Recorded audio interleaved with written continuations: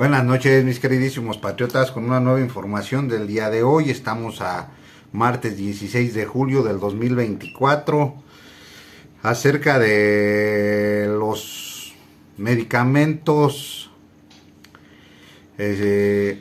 farmacéuticos, de medicamentos que han, de lo que ha estado sucediendo, pues no solamente en Baja California, sino en todo el país, de estas empresas y estos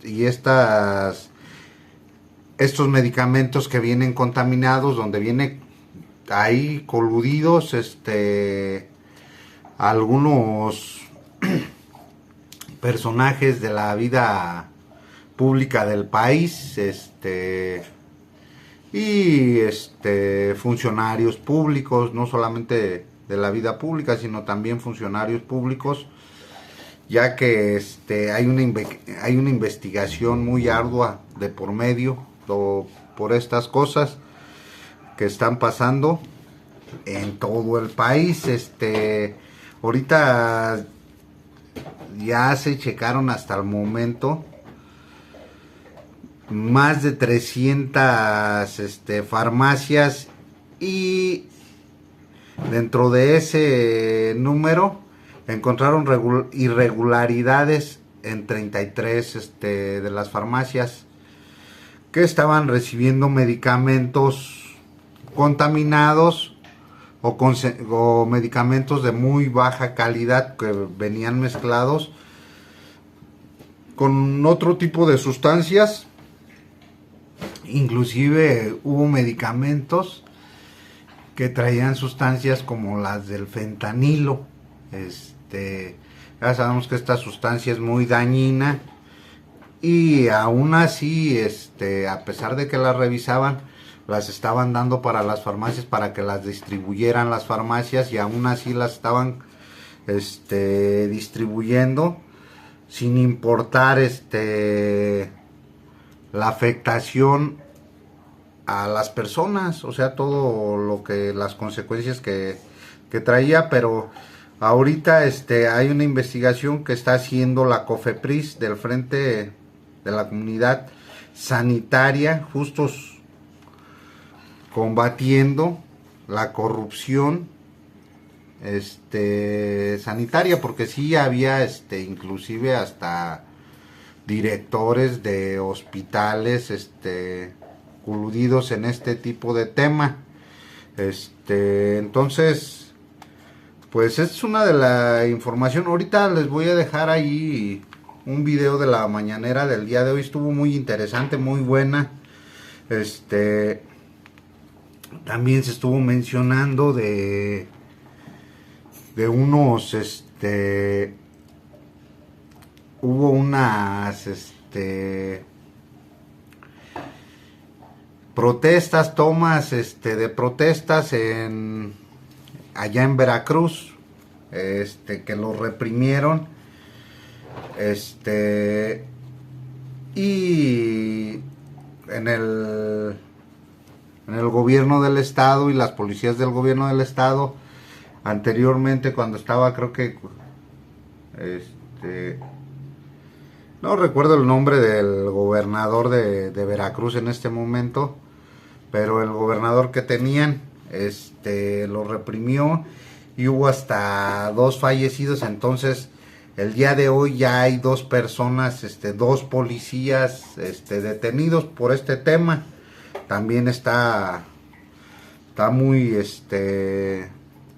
la información está muy bien para todos aquellos que les gusta enterarse de lo que está sucediendo en el país, ya que son de personas públicas, entonces de funcionarios públicos, mejor dicho.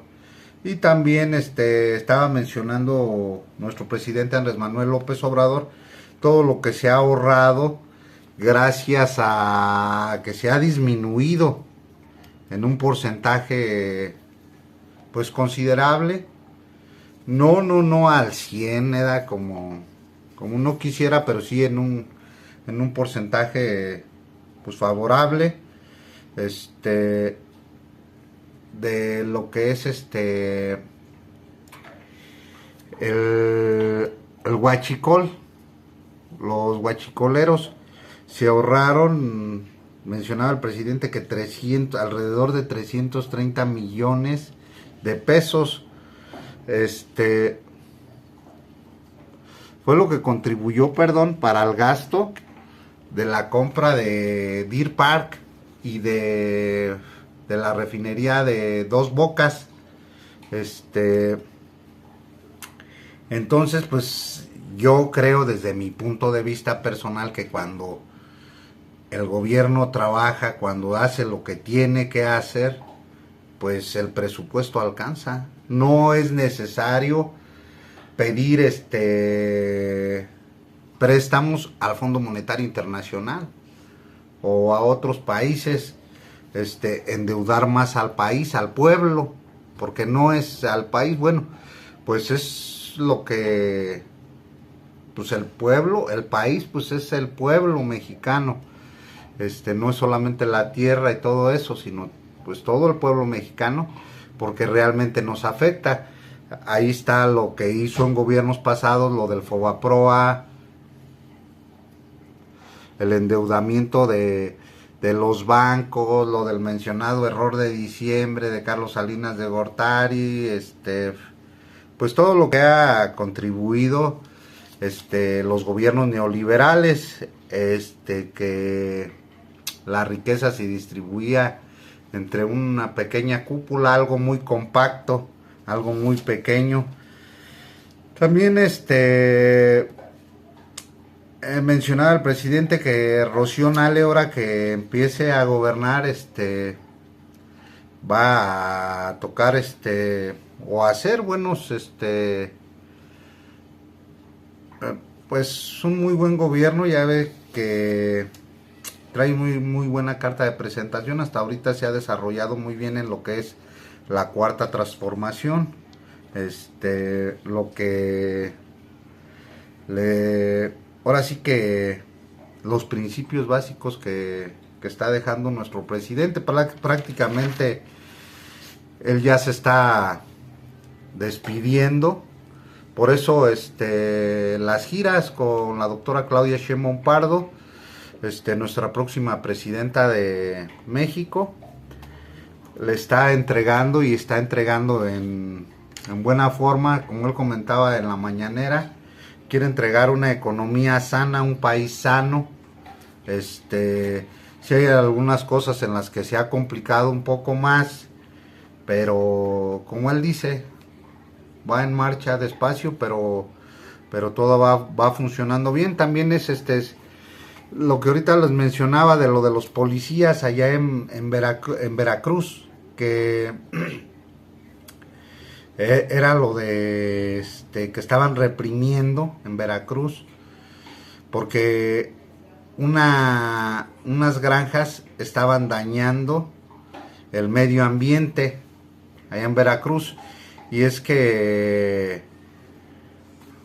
según comentaba la reportera, que eran unos daños pues muy considerables, y la población de las comunidades se estaba manifestando respecto a este tipo de situación que estaba pasando en esta zona del país. Y fue cuando lamentablemente fallecieron 2 personas, y hubo pues mucha represión. Y fue que mencionaba el presidente que el día de ayer, 15 de julio del 2024, le habían informado por la tarde-noche que se habían detenido a 2 personas de las que estaban implicadas en este tema, que eran 2 policías estatales que los detuvieron. Y también se mencionaba el tema de las extorsiones, que ha estado pasando mucho allá en Coatzacoalcos, que van a los comercios y les piden una cuota, los famosos cobros de piso. Y también mencionaba que ese es el tema que ha costado un poco más de trabajo de todo lo que va a lo largo de la administración de nuestro presidente Andrés Manuel López Obrador, dice que este tema es el que ha costado un poco más de trabajo. Va en marcha, pues, pero la disminución es más baja, específicamente en algunas zonas del país, no en todo el país, sino en algunas zonas en específico, algunos focos rojos. Estaba mencionando también, ha estado mencionando que el, el presupuesto en los gobiernos neoliberales, acerca de lo que es del petróleo en los gobiernos neoliberales, fíjense nada más cómo era, de qué tamaño era la corrupción de estos malvinos. Agarraban y el presupuesto de todo el país, para todo el país, que al que más se destinaba era hacia el centro y hacia el norte del país, que era de cada peso del petróleo que se vendía, el 40 centavos se destinaban para los estados del país. Por eso es que decían que no había presupuesto, porque todos los demás de dinero de las demás supuestamente obras y cosas así, pues lo más claro que tenemos es cuando Felipe Calderón empezó a construir una barda que le costó más de 10 mil millones de pesos, o 12,000, que fue una pinche barda pedorra, que según iba a ser una refinería, y nomás quedó una barda pedorra que el día de hoy nuestro presidente Andrés Manuel López Obrador la va a convertir, o ya se convirtió, no estoy seguro si ya está el día de hoy como hospital del bienestar, pero va a ser para una clínica. Entonces, este tema está muy bueno, lo voy a investigar y en los próximos videos se los comento. Lo voy a investigar y les paso el dato ya más certero. Y pues esto era lo que crecía, el crecimiento que había era del 4% en el norte del país, y en el centro era el 2%, y en el sur de México era el 0%. O sea, tenía decrecimiento, en lugar de tener crecimiento, tenía decrecimiento, iba para abajo más. Porque solamente unas pequeñas zonas que utilizaba alguna pequeña cúpula, como los vuelvo a mencionar, un pequeño grupo de personas, eran los que la utilizaban, nada más. Entonces el día de hoy, como dice el presidente, lo que quería es que hubiera un balance entre el sur del país, el norte y el centro del país, que estuviera un balance, que hubiera regulado más o menos el mismo crecimiento que estaban teniendo en el norte del país, como en el centro, como en el sur. Y el día de hoy pues tiene un poco de mayor crecimiento en algunos lados del sur del país, que digo, desde mi punto de vista está perfecto, porque había unas zonas pues muy marginadas, muy alejadas, con muy poco desarrollo.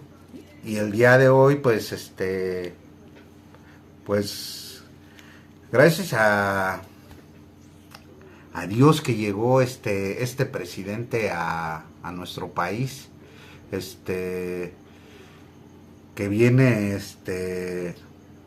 pues del sur de México, y que pues realmente desde mi punto de vista personal yo creo que no nos ha defraudado a los mexicanos.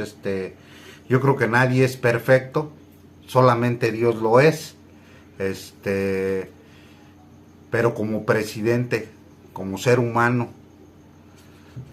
como patriota que es, ha hecho un excelente trabajo aquí en México.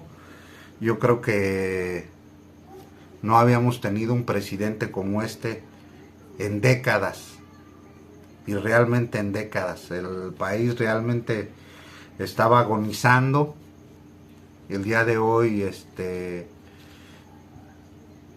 algunas zonas del país están mucho mejor que en Estados Unidos. El día de hoy es el sueño mexicano, ya no es el sueño americano, el día de hoy es el sueño mexicano. Hay bastante desarrollo en el sur, y el día de hoy con la doctora Claudia Sheinbaum Pardo, nuestra próxima presidenta, pues nos va a tocar el desarrollo aquí en el centro y en el norte de México, y terminar de concretar lo que empezó nuestro presidente en el sur.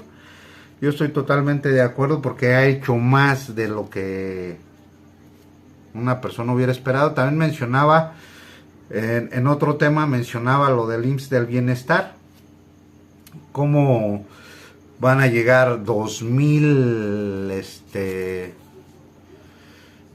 médicos más, pero especialistas, médicos especialistas aquí a México, más de los que ya habían llegado por un trato que hicieron con Cuba. Desde mi punto de vista personal, pues los cubanos son muy buenos médicos, son muy buenos. Yo conocí personas de Cuba cuando estaba en Estados Unidos y es un pueblo bueno. A mí me trataron muy bien. Y pues tienen muy buenos médicos. Se escuchaba en el pasado, años atrás yo ya había escuchado que tenían muy buenos médicos, y van a llegar 2000 médicos más. Mencionaba también de lo que se ha ido desarrollando de la clínica Es Nuestra, del IMSS del bienestar, que es absolutamente gratuito, y casi en todo el país ya está. Y está mucho mejor que ese programa que tenían antes, que nomás les servía para desviar recursos y fondos. Y pues creo que ha ido funcionando bien. Digo, yo tengo seguro, pero hay personas que no lo tienen y que son conocidas y que me han comentado. Entonces ha ido fortaleciéndose todo esto, y ya tienen, también mencionaba que son 11,000 unidades médicas en todo el país, en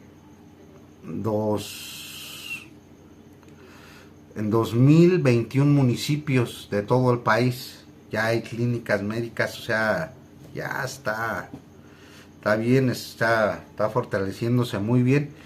Y también lo que les mencionaba hace ratito del informe de la COFEPRIS, que de rendición de cuentas, a mí me parece absolutamente perfecto esto de rendición de cuentas. Yo creo que todos los funcionarios públicos deben de hacerlo al terminar su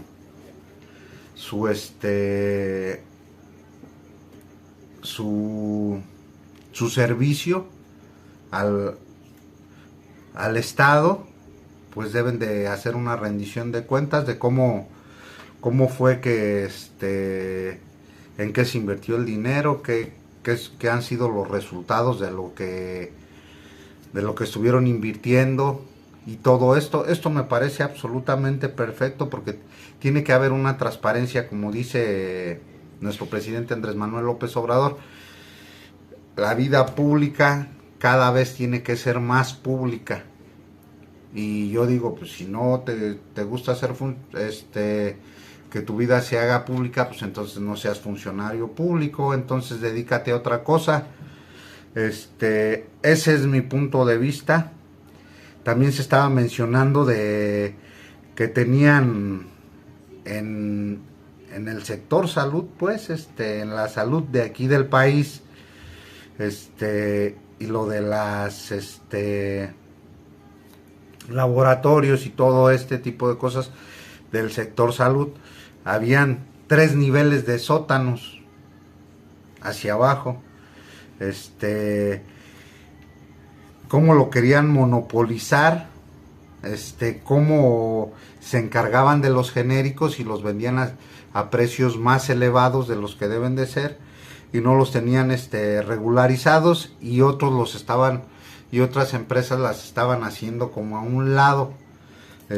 solamente que aquí tenían las manos metidas, que el día de hoy no se mencionó, pero ya hace algunos meses, creo que en uno de mis primeros videos lo subí, que muchos hasta de medios de comunicación, tenían las manos metidas ahí, pues ni más ni menos, latinos y algunos funcionarios públicos, inclusive hasta Loret de Mola tenía las manos metidas ahí. No dudo que también Víctor Trujillo, más conocido como Broso. Pues ahí te dejo la noticia, creo que me extendí un poco, el video está un poco muy largo. Muchas gracias por tus likes, muchas gracias por ver mis videos. Hasta luego, queridísimo patriota, que Dios te bendiga, buenas noches. Al expresidente Trump,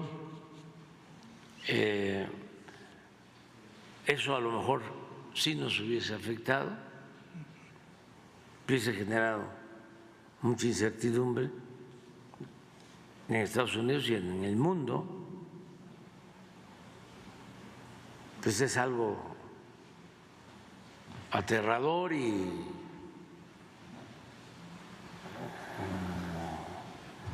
de mucho impacto, es una convulsión.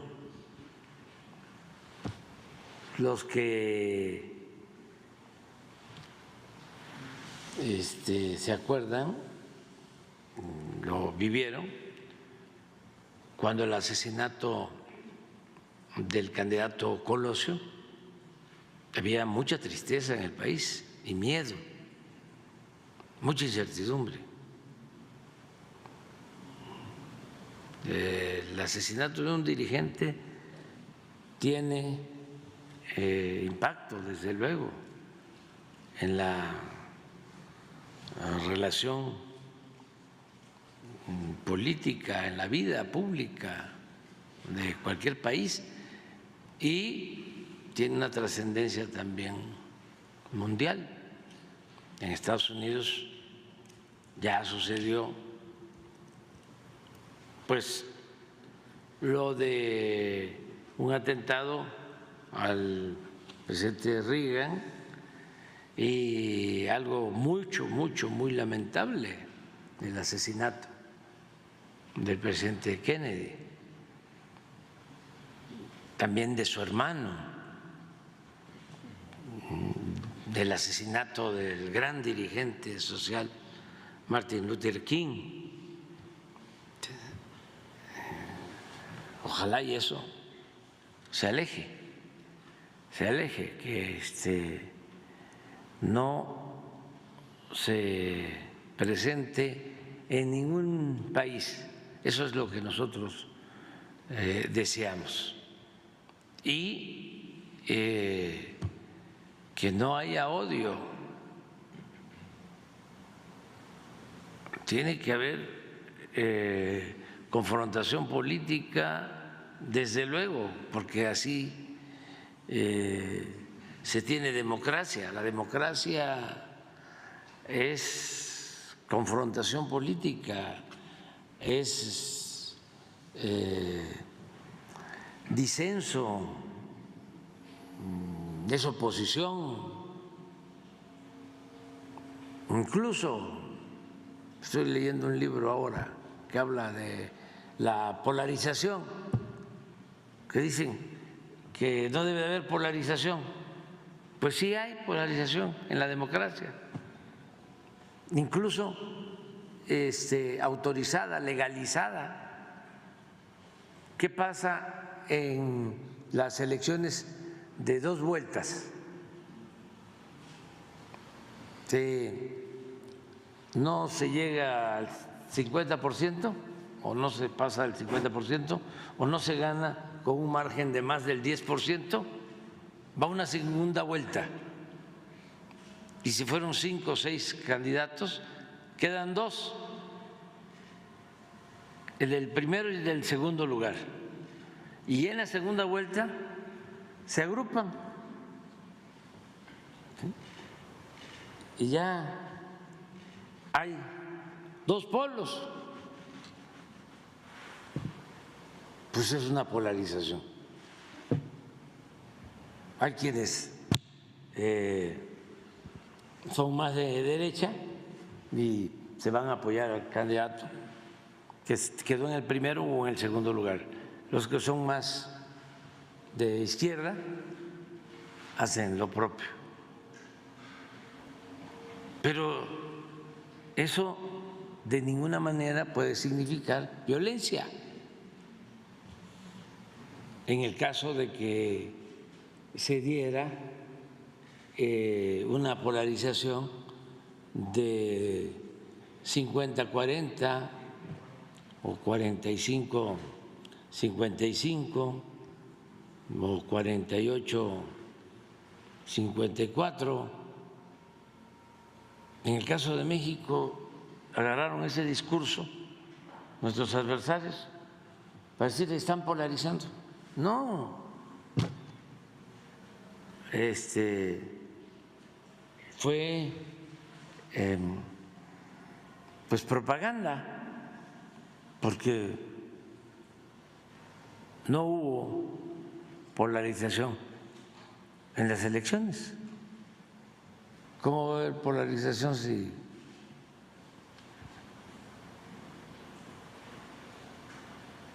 no viene al caso?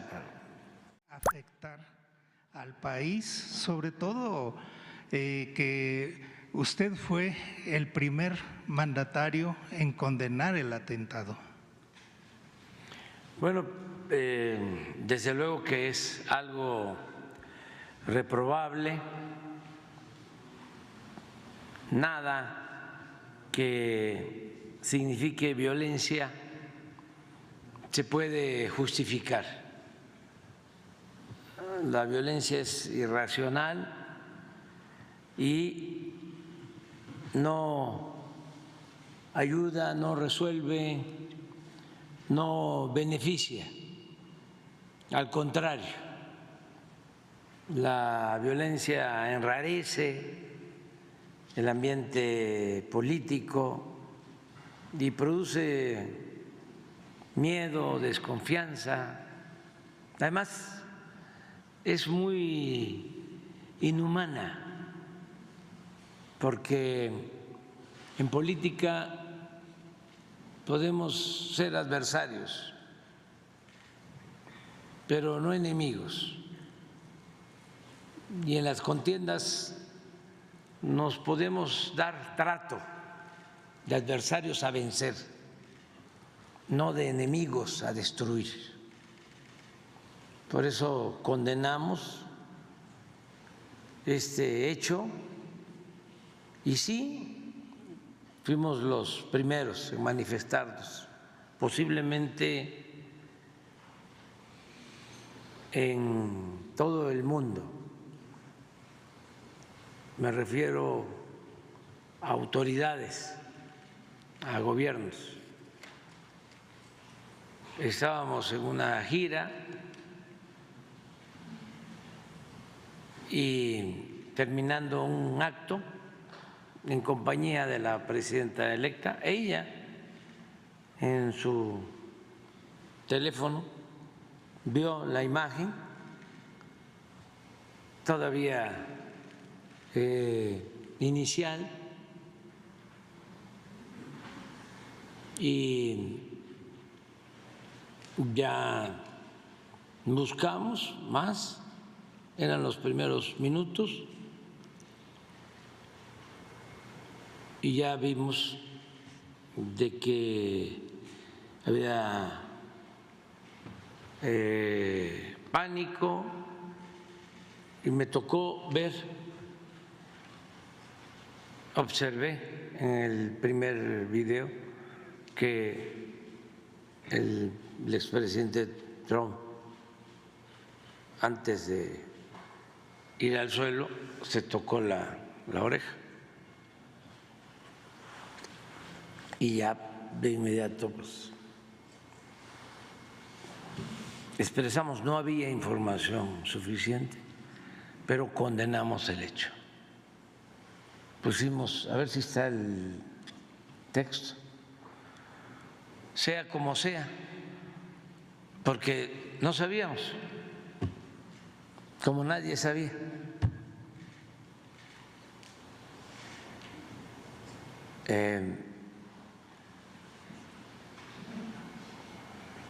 reprobamos este atentado. Afortunadamente, pues no asesinaron al presidente, al expresidente Trump, sí a otra persona y también al tirador. Todo muy lamentable.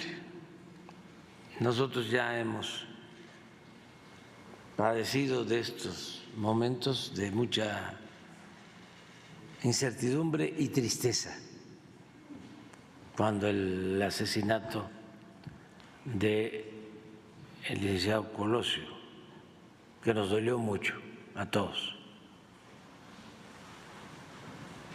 Esto fue lo que pusimos, sea como sea. Estuvo reprobando lo publicado por el New York Times, que dijo el New York Times que Donald Trump había fallado ayer después del atentado. Dijo el New York Times que había fallado en el liderazgo y que pedía a los votantes que lo rechazaran en noviembre. Entonces, Elon Musk dijo: son seres humanos verdaderamente insensibles y despreciables, ni una pizca de empatía, y pidió que se comunicara a la gente a través de Twitter, que fuera, lo dijo textual aquí en su cuenta de Twitter, es la voz del pueblo en redes sociales. Sí, pero ¿a quién cuestionó?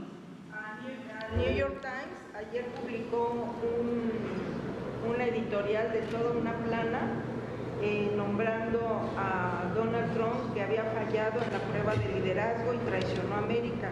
Los votantes deben rechazarlo en noviembre. Publicó toda una página.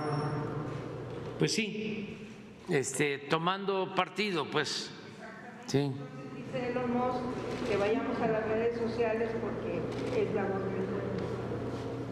Sí, pero bueno, es la libertad lo que se tiene que garantizar, pero sí, hacia adelante tiene que buscarse un mecanismo que no signifique censura.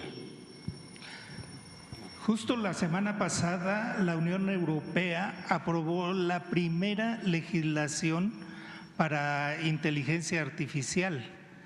Es una aproximación y muy interesante porque pone los límites que usted dice, los va acomodando, sí, para que no haya excesos. Por ejemplo, eso lo pueden controlar las empresas de comunicación. Todo lo que es inteligencia artificial, lo que se utiliza para engañar, para manipular, eso sí lo pueden controlar. Hay tecnología, ellos pueden hacerlo. Y ojalá y se lleve a cabo para que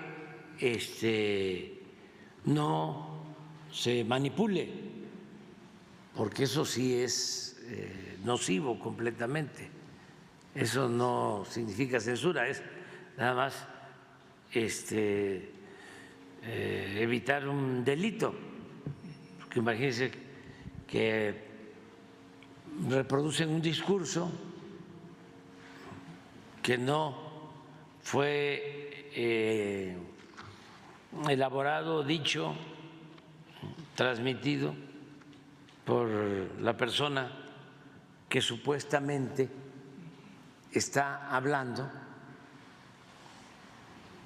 y lo arman y se va perfeccionando cada vez más eso, ¿no?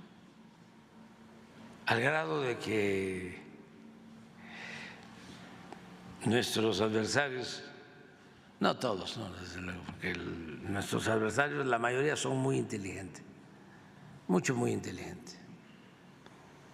Y ese libro que estoy leyendo también habla de eso, de cómo debemos de agradecer, y relacionado con la violencia, que en México los adversarios nuestros han actuado de manera responsable a otorgar la orden de aprehensión, porque esto es un asunto del presidente, de López Obrador, que quiere utilizar este caso con propósitos políticos. Y entonces se niega a otorgar la orden de aprehensión. Pero esa fue la excusa. Ya para entonces, desde luego que el juez sabía de qué se trataba, porque unos días antes, incluso antes de que yo recibiera la información, antes de que supiera lo de García Luna y del segundo tirador, me refiero a esta investigación de la Fiscalía. Yo supe del segundo tirador como se supo en su momento, ¿sí? Se difundió bastante sobre esto, pero como un mes antes, en una columna de Riva Palacio,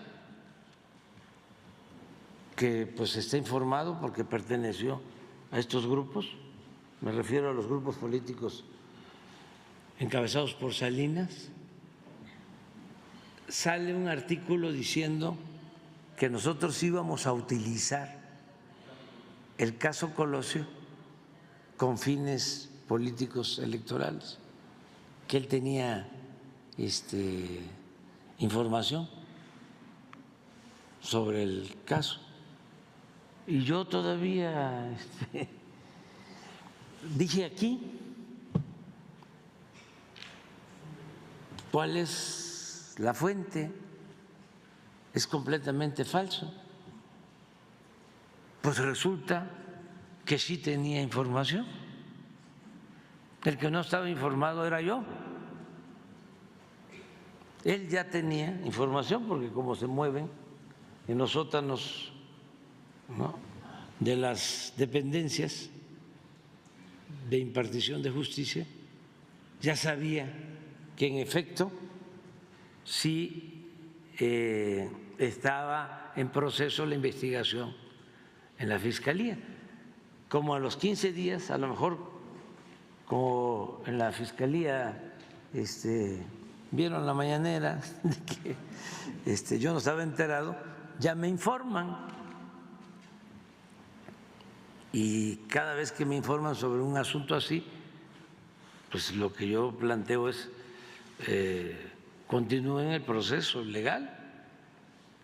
No voy a ser yo tapadera, cómplice, no voy a encubrir a nadie. Entonces solicitan, repito, al juez la orden de aprehensión y él la niega y le dice al Ministerio Público: esto es por órdenes del presidente para sacar raja política porque vienen las elecciones. Una mentira, ¿no? Porque él seguramente ya sabía y ya había recibido línea, ¿no? Ya estaba metido en este asunto. Entonces después la Fiscalía apeló y también es muy raro porque eso sucedió hace pues como 4 meses o 5 y todavía no resuelven. Tú que eres abogado, cuando hay una apelación así de la Fiscalía al Poder Judicial, a un juez, ¿en cuánto tiempo puede resolver el juez? Tiene que resolver rápido. ¿Pero en cuánto tiempo? 48 horas. 48 horas. Pero eso es cuando la justicia es rápida y expedita. Pero cuando hay consigna, duerme el expediente, el sueño de los injustos. Pues eso es lo que está pasando. Sería muy bueno que el juzgado, primero que la Fiscalía informe si apeló y si ya tiene respuesta, porque también no sabemos, a lo mejor ya les dieron respuesta y no nos han informado. Entonces, a ver si conocemos de eso, porque ahí empezaría, ¿no? A conocerse más sobre este hecho. Sería muy bueno la declaración de esta persona, si realmente es como se dice, que lo fue a buscar García Luna y qué tuvo él que ver. Ya seguramente lo declararon cuando sucedieron los hechos, le tomaron declaración. Sí, me estoy acordando que sí está, porque él aparecía con sangre, que se demostró después que sí era de Colosio, pero él sostuvo de que ayudó a cargar el cuerpo a la ambulancia. Sin embargo, en investigación posterior se habla de que no fue así. Sí, también. Entonces, esa es una investigación que puede ayudar. Y todo con el objetivo, independientemente del castigo a los responsables materiales, intelectuales, sobre todo con el mensaje de la no repetición, que nunca más esas atrocidades, esas infamias, que nunca más se toleren, y mucho menos si son crímenes de Estado. Pero bueno, ya quedamos ahí. Pero no estaba el cirujano, o viceversa, estaba el cirujano y el médica ginecobstetra, pero no estaba el anestesiólogo. Entonces nos dimos a la tarea de convocar a médicas y médicos. Hay ya un total de 1,000 que están trabajando ahora en estos hospitales, a los que se les han sumado también médicos cubanos. Por eso es tan importante esta colaboración que tenemos con el gobierno de Cuba, porque en el último convenio, además de los 950 médicas y médicos que ya están laborando en 23 estados del país, se están sumando 2,700 de estas especialidades que les acabo de comentar, fundamentalmente de medicina interna, pediatría y medicina de urgencias. Con esto vamos a lograr que estos hospitales tengan en promedio una plantilla de 12 médicas y médicos. Con eso se va a lograr algo que pues genera mucha frustración entre las personas en estos hospitales básicos y comunitarios que están en zonas muy apartadas, que el hospital lo sea, es decir, que el hospital pueda llevar a cabo una cirugía y no sea solo un centro en donde se refiere al hospital más grande de la capital del estado o de la ciudad más grande. A eso se ha sumado todo el tema del fortalecimiento del primer nivel de atención.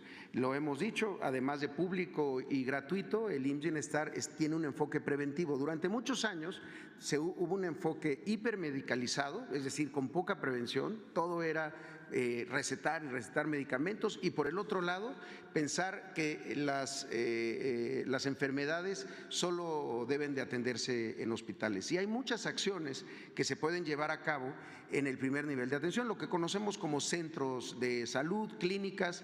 En el IMSS, por ejemplo, son las unidades de medicina familiar. En el IMSS Bienestar son los centros de salud, y muchos de estos centros de salud, sobre todo los más pequeños, los que solo tienen un consultorio, carecían de la totalidad de los médicos generales para poder cubrir de lunes a domingo. Por eso se hizo la última convocatoria, pero empezando en los de un núcleo. Ahí el comité integrado por la población decide, sino ejecuta los recursos que se les dispersaron a través de las tarjetas del Banco de Bienestar. Son 233 regiones de bienestar, 2.021 municipios y 8.809 localidades.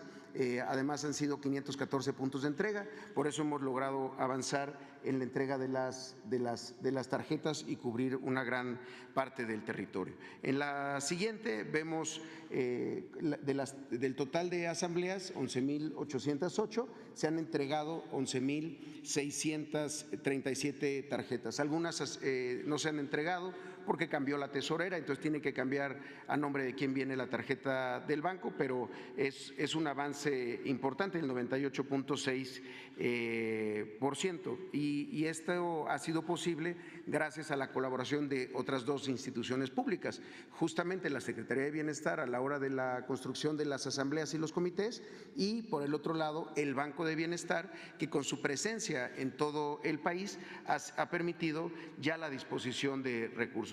Aquí lo podemos ver, se han realizado 20.701 operaciones por un total de 1.866 millones de pesos. Si vemos la siguiente, esto es todo lo que se ha dispersado, que ya se han hecho retiros en cajeros del propio Banco del Bienestar y la mayoría de ellos en las ventanillas de los propios bancos del bienestar. Han sido 10.000 retiros en ventanilla y el resto en cajeros del propio banco. Ahora, histórico que intentó establecer un falso monopolio en las pruebas de los medicamentos, particularmente de los genéricos, que generó incluso una disrupción en el mercado regional de los mismos. Por otro lado, también comentaré el caso de la metadona, ampliamente preguntado en este espacio, medicamento sintético utilizado para la desintoxicación de personas dependientes de opioides como el fentanilo, y el estado regulatorio de las farmacias verificadas por la Secretaría de Marina y COFEPRIS en el municipio de Ensenada. Siguiente, por favor. Como recordarán, a nuestra llegada a COFEPRIS encontramos una institución poco transparente y cooptada por diversos intereses. Desde entonces, hemos hecho un trabajo de arriba hacia abajo, como nos enseñó el presidente, para limpiar la institución. Para representar eso, usamos una analogía sobre los 3 sótanos de la corrupción que existían en COFEPRIS y en los cuales hemos encendido la luz.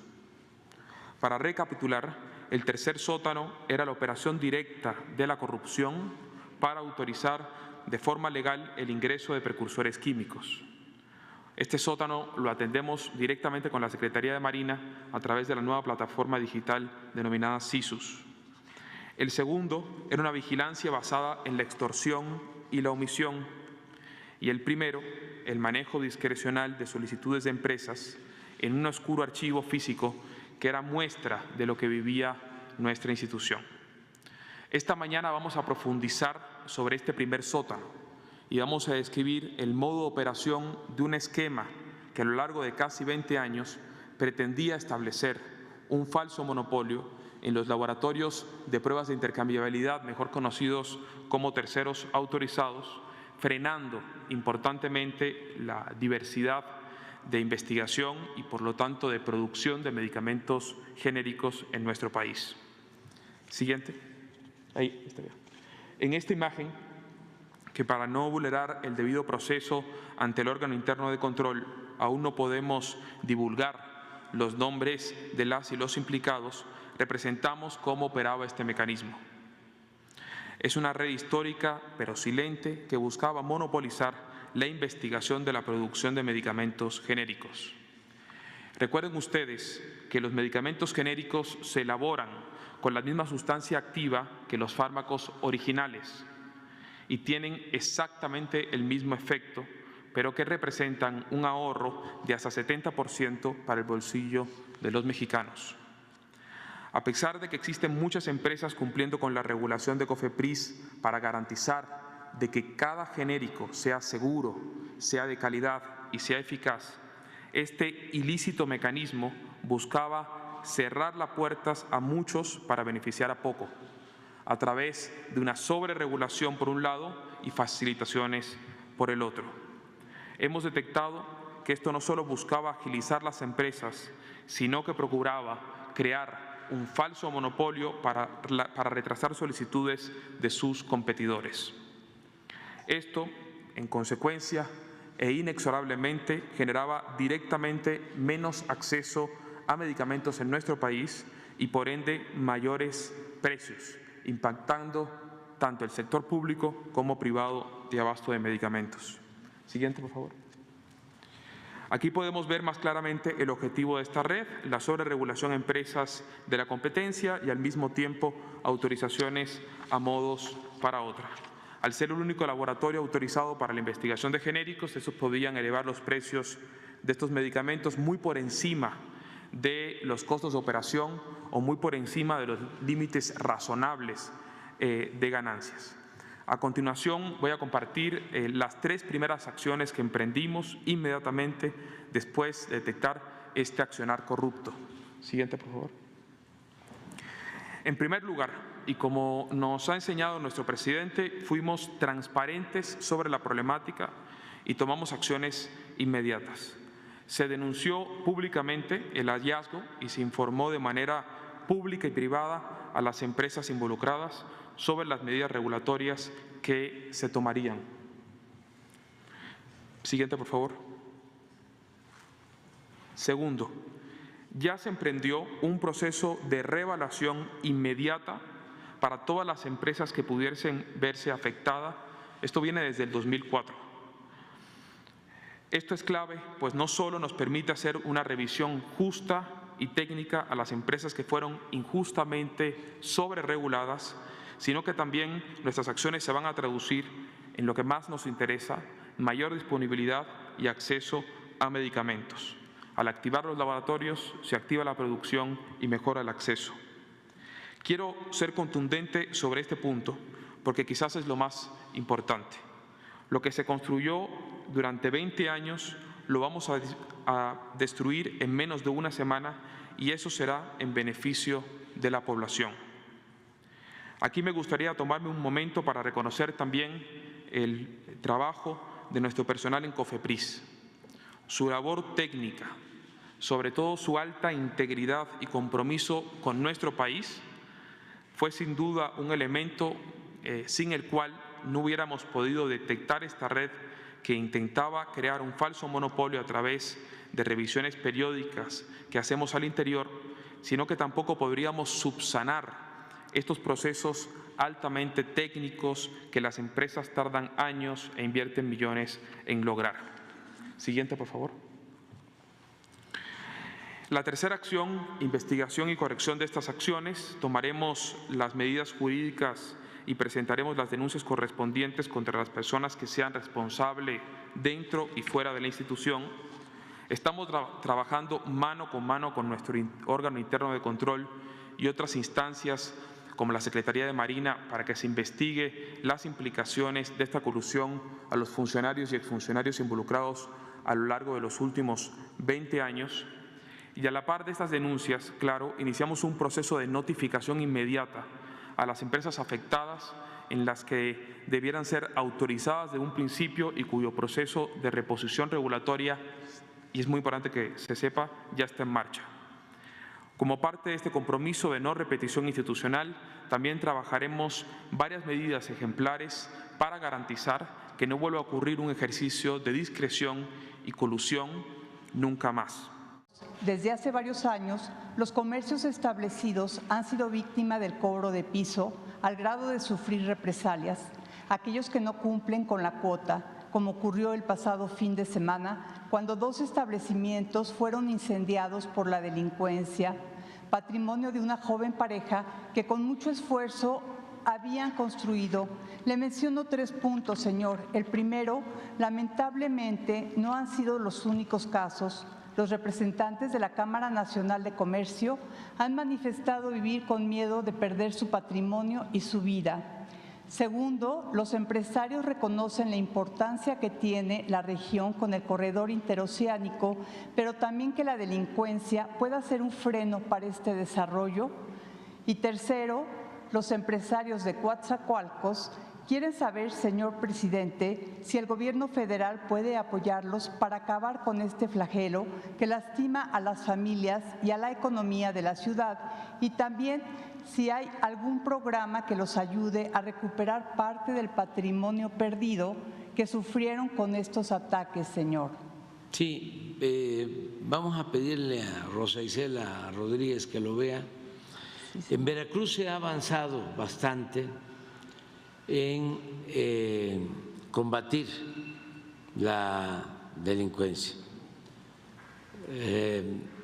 Así se demuestra con los datos. Son menos homicidios, menos robos, menos secuestros. Si se compara el gobierno de Cuitláhuac con el gobierno anterior. Es notorio y demostrable de que ha habido una disminución en la incidencia delictiva en el caso de Veracruz. Nada que ver de la época anterior. Sin embargo, sigue habiendo inseguridad, violencia, y hay delitos no solo en Veracruz, sino a nivel nacional, que dañan mucho y que nos están costando trabajo, y nos estamos ocupando desde hace tiempo en controlarlos, básicamente lo que tiene que ver con extorsión. Yo les puedo adelantar que en todos los delitos, en todos, ha habido disminución. Lo que más nos ha costado, pero ha habido disminución, son los homicidios. De cuando llegamos a la fecha, donde tenemos el único delito donde no hemos podido lograr una disminución es en extorsión. Pero en delitos graves como el secuestro tenemos una disminución del 70%. Eso prácticamente se controló. No se acuerdan nuestros adversarios de que se secuestraba mucho en los gobiernos anteriores, de empresarios, comerciantes, banqueros. Bueno, llegaron a secuestrar a Fernando Gutiérrez Barrios, que era secretario de Gobernación. Ahora no pasa eso, afortunadamente. ¿Sí? Y así, en robo de vehículo, yo creo que una disminución del 50%. Y en robo en general. Sin embargo, extorsión es como una asignatura pendiente.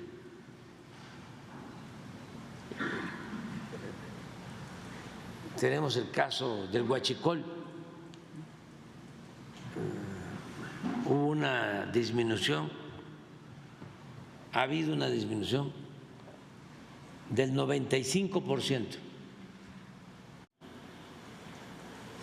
Provenían de la venta de petróleo al extranjero. el petróleo de Veracruz, de Chiapas, de Tabasco y de Campeche. Y en el reparto de esos ingresos, pues les tocaba al norte y le tocaba al centro y muy poco al sureste. No era compensado el sureste. Es la región con más pobreza, con más abandono. Lo pueden constatar en las carreteras del norte, del Bajío, del centro, son carreteras en buen estado. En el sureste, carreteras incluso de paga que estaban en muy mal estado. Entonces había un abandono del sureste. Lo mismo, imagínense lo que aportaba a la hacienda pública Cancún, que desde los años 80 también del siglo pasado crecía Cancún a una tasa promedio anual del 10%. Mucha gente de estados del sureste y de la Ciudad de México y de varias partes del país, mucha gente se fue a buscar trabajo y a buscarse la vida a Cancún y se aportó mucho con el turismo de Cancún al presupuesto nacional. Entonces, ahora se decide equilibrar, que tengamos un desarrollo parejo, horizontal. Para eso es el Estado, porque se puede planear. Si se deja todo al mercado y el Estado no interviene, pues nada más hay como islas de progreso rodeadas de un mar de pobreza y de abandono. Entonces ahora ya se logró equilibrar. Todo el periodo neoliberal, así en términos cuantitativos, el norte creció en promedio 4% anual, el centro 2%, del sur sureste 0%,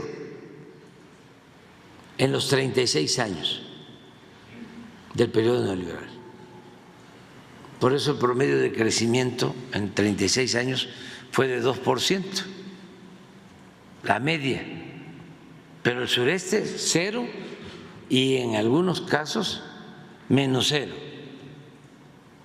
Es decir, hubo decrecimiento económico, una gran injusticia.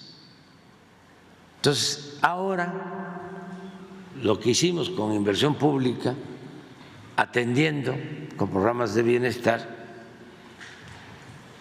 y con estas obras de infraestructura que significaron crear muchos empleos, pues ya se equilibró, ya se dieron casos en que el sureste creció más que el norte. Eso nunca en la historia reciente se había visto. Nunca se había visto que en Tabasco se crearan tantos empleos. Y lo más importante es que se redujo la pobreza en todo el país, pero donde más se redujo la pobreza en el tiempo que gobernamos fue en Chiapas. El promedio se redujo 5%, la pobreza en el país, del 18 al 22.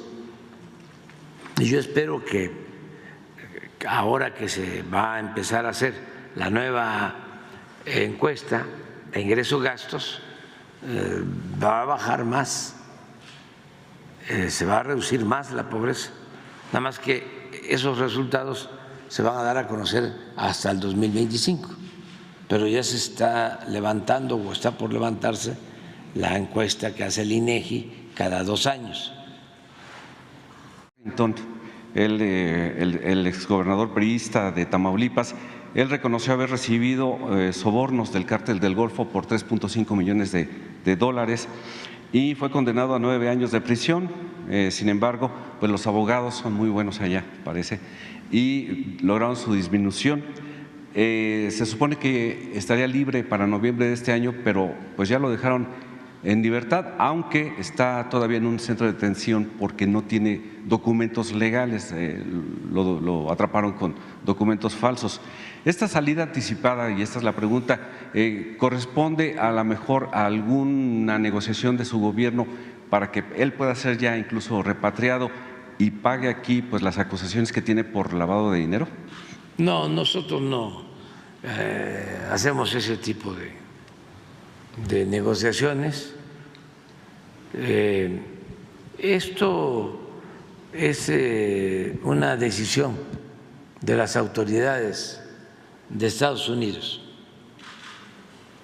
No creo que sea tampoco un acuerdo con la Fiscalía General de la República.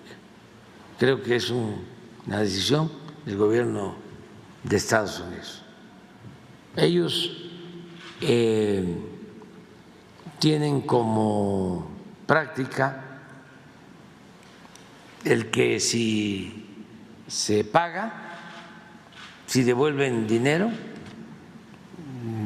otorgan facilidades, reducen penas.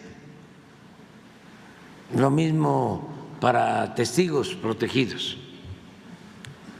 Yo creo que algo así debió haber sucedido. Es un poco lo de un tesorero de Coahuila, gobiernos anteriores, lo detuvieron en Estados Unidos con dinero, no pudo probar su legalidad, lo encarcelaron, devolvió dinero. Es la primera vez que yo recuerdo en que nos devuelven dinero, porque eso salió de la Hacienda Pública de Coahuila. Y ahora el gobierno de Estados Unidos nos está devolviendo dinero. La Fiscalía recibió del Departamento de Justicia una cantidad. A ver si Laura nos manda el informe que me envió el fiscal Hertz sobre esto, que es bueno también que se entere la gente de que se está recogiendo, pues no todo, porque pues saquearon mucho, pero sí todo lo que podemos cobrar se está recuperando,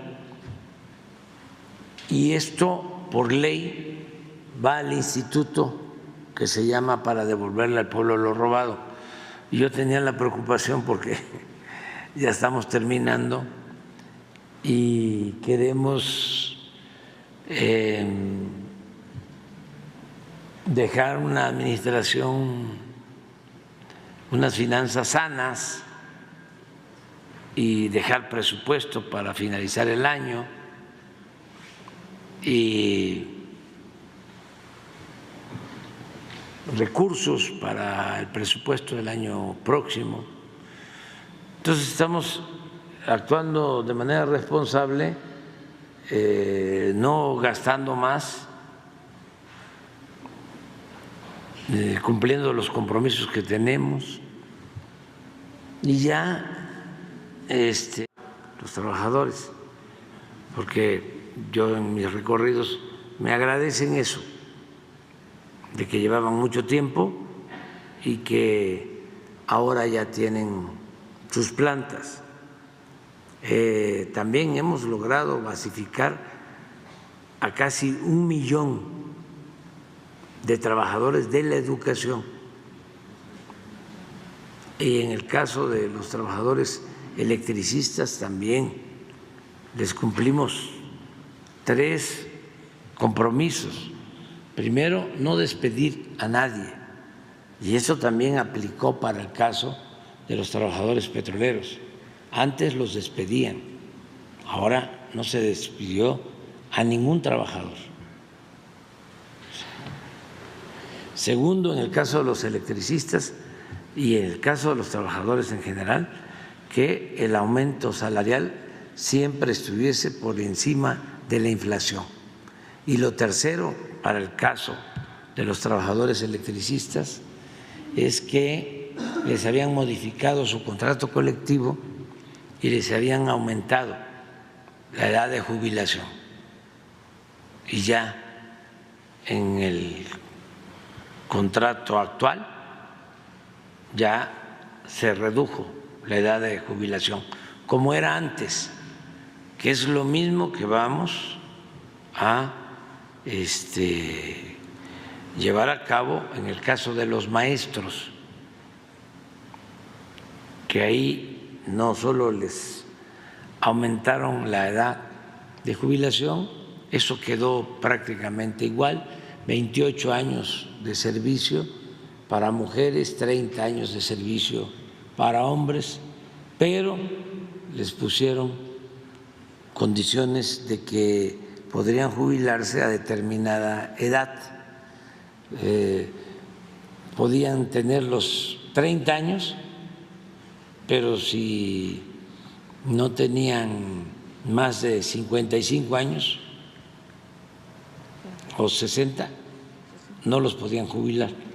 Ya esa tabla la estamos quitando.